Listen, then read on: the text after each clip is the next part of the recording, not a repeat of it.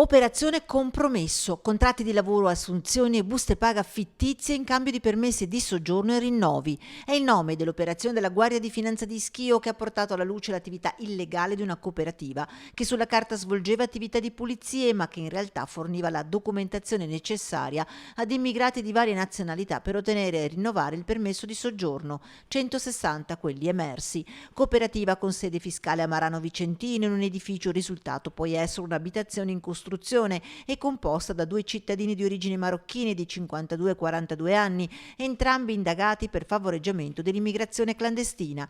37 invece le persone segnalate all'autorità giudiziaria per falsità ideologica, per induzione in errore del pubblico ufficiale e soggiorno illegale. L'indagine ha svelato un vero e proprio tariffario tra i 500 e gli 800 euro per il rilascio di un falso contratto di lavoro o assunzione e tra i 100 e i 150 euro per ogni falsa busta paga, importi variabili a seconda delle disponibilità del cliente. L'attività di indagine dei finanzieri è partita da un accertamento fiscale che ha messo in luce peraltro un'invasione di IVA e contributi per 600.000 euro.